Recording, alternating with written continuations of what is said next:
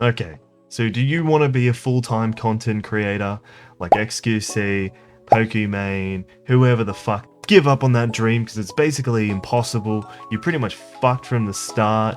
The odds are totally against you.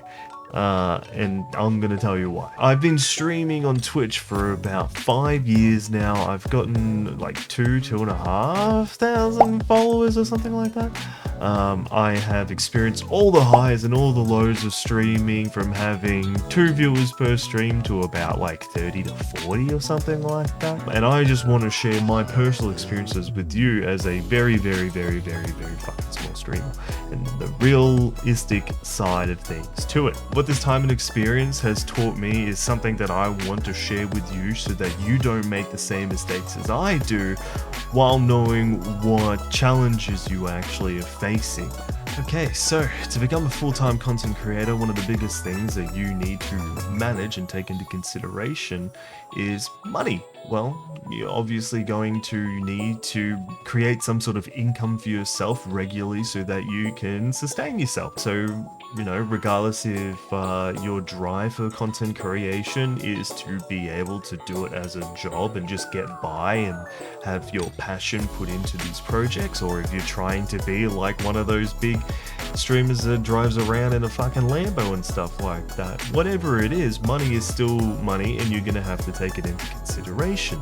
Now, with money, I'm gonna base this off of Australian numbers. So in Australia, the minimum wage is $882.80 per week, and then that on a monthly basis is $3,825 per month.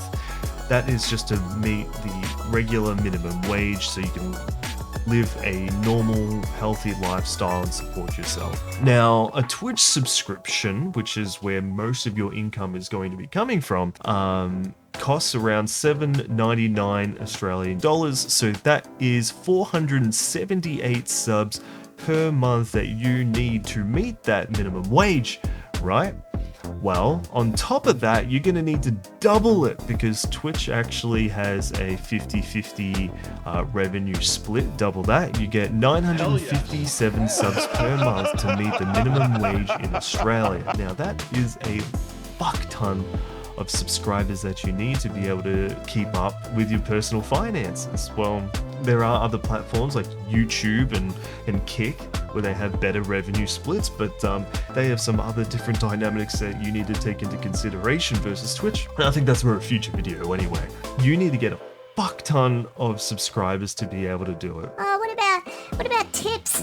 What about donos? What about bits? Well, I mean, those shouldn't be something that you rely upon to be able to make it through the month, right? Those should be considered as little bonuses, if any, right?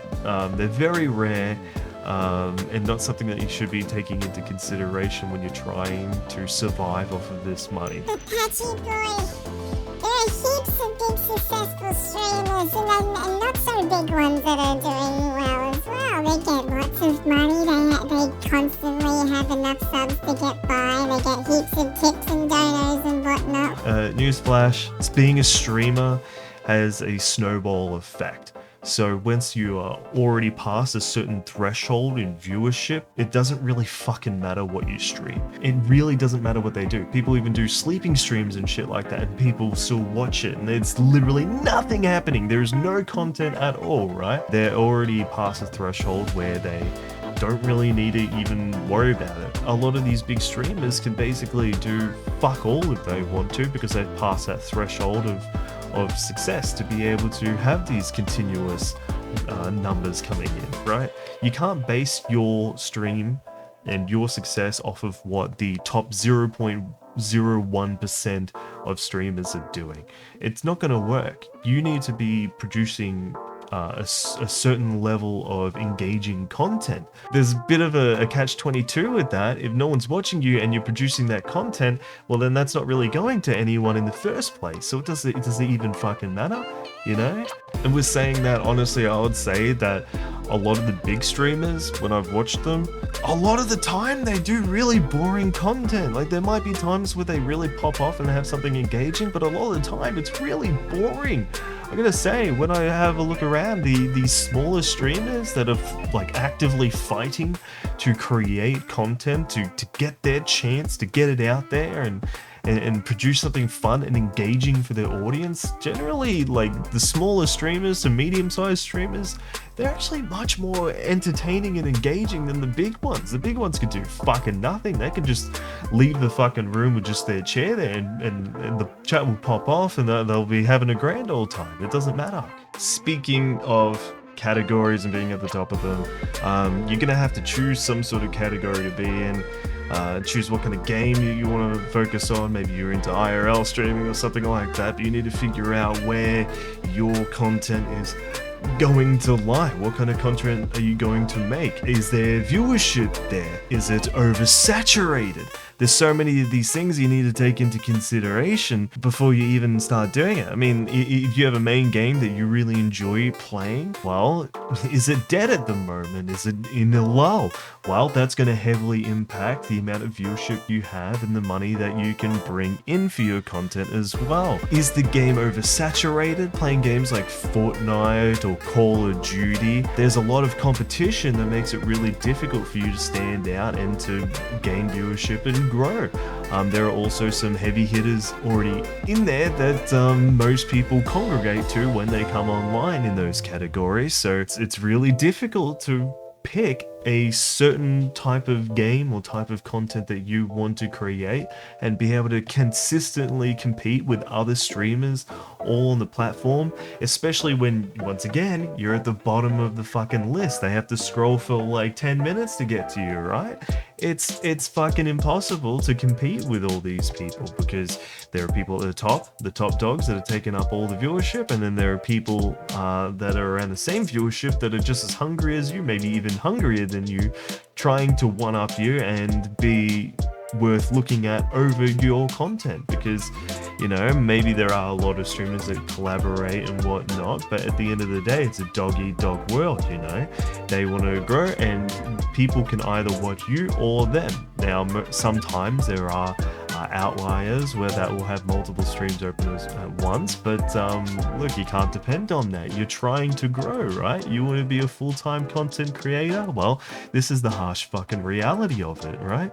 You have got to fight for it, and if you are in a fight with a big dog, you're gonna get eaten up. Now, the key to trying to combat that is to try and find a nice middle ground, you know? Try and keep up with trends, try and find a market that is not oversaturated like the really big ones, and try not to just grit through the lulls of games that aren't doing well so much. You need to be able to sustain your current viewership, but you also need to find a way to attract new ones. Now, I personally like to play a lot of MMOs, so when a new patch comes out or a new expansion, there's a lot more engagement from it because people are playing it at that time and they want to watch someone playing it, right? But as a few months go on, it dips down, right? And then it's like, well, you try and hold on to that viewership as best as you can. Please stay with me. Please stay with me. But the reality is those people will lose interest in the game as time goes on, and then they focus their attention to something else. So it's like Bear Grylls. You gotta improvise, adapt, overcome. It's constant. There is not really going to be something that you can latch onto and continuously grow at an exponential rate to meet the success that you were probably hoping to get. You're gonna need to constantly adapt and innovate and come up with new ideas. Now, you can always come back to those titles that you really, really enjoy and ride the hype train and really take advantage of that. But in between, you're gonna have to try and figure something else out to try and make up for that, really. There are some cases where people are just like, hey, I just do this obscure PvP matchmaking settings in this one game, and that's all I want to do. And there are streamers that are very successful and they do it, and I'm like, well, yeah, maybe they did do it, but maybe there's other reasons for why they're successful. Maybe they're insanely really good. Maybe they're tournament players. Maybe they are a friend with a large streamer and have that benefit off of them, and they're able to go off of that. maybe they're an early adopter of that game title or that niche that you're looking at. Well, yeah, I mean they've had these advantages within that field, but if you're coming in as a streamer with just for the first time, you're not going to have any of that. I'm going to assume you don't have any of that, so it's going to be very, very difficult for you to find growth. You can try and beat your head into your table as much as you want, but it's not going to change anything. And that's something personally I've had to take into consideration. I personally like to do raiding in World of Warcraft, not at a super high level, but that's a lot of hours going into gameplay that not a lot of people really are too interested in watching for long periods of time, so obviously that's going to impact the results of my stream. And I accept that, but if you want to grow, you're going to have to adapt and overcome. One of the best tips or pieces of advice from large streamers that I have managed to come by over this time is to basically create content literally anywhere but Twitch. Now, there are other platforms which you can use as tools to grow an audience and then move that audience over to there, just because they have way more discoverability tools at their disposal to reach a wider audience and then eventually bring them over. With my own personal experience on my YouTube channel, I've managed to reach a lot more eyes compared to what I have on Twitch. On YouTube, some of my videos have managed to get hundreds, thousands, even on a rare occasion tens of thousands of views. Now that has way more potential than my Twitch channel ever has. Me personally, I'm going to be taking on this piece of advice, and I really want you to take it on as well, to try and invest in something else. Maybe you're really good at doing Instagram posts and reels and stuff like that, maybe live or whatever. Maybe Twitter is something that you're really good and you know the ins and outs of it. Maybe YouTube Shorts. Literally do anything else except for stream on Twitch so that you can grow an audience and then eventually bring them over to Twitch. It is way better than going and sitting at the fucking bottom of the category, grinding out for hours and then feeling sorry for yourself because you put all this time and effort into everything that you've done to create the perfect stream with the amazing engaging content and getting nothing out of it. Please save yourself years and years of trouble. Invest your time into creating stuff elsewhere. Speaking of which, I would really appreciate it if you could give the channel a sub. It would mean the absolute world to me. I'm going to be trying to create more content regarding what you shouldn't fucking do in streaming and all sorts of stuff regarding streaming and content creation. I'm going to be brutally fucking honest with these videos. I'm going to do it from the perspective of a smaller streamer that actually matters to you. I'm not going to have some bullshit. If you feel like seeing more of that shit in the future, maybe give a sub. If not, that's all cool. Live your life, live your dream. YouTube's recommending this video here to you. Thanks.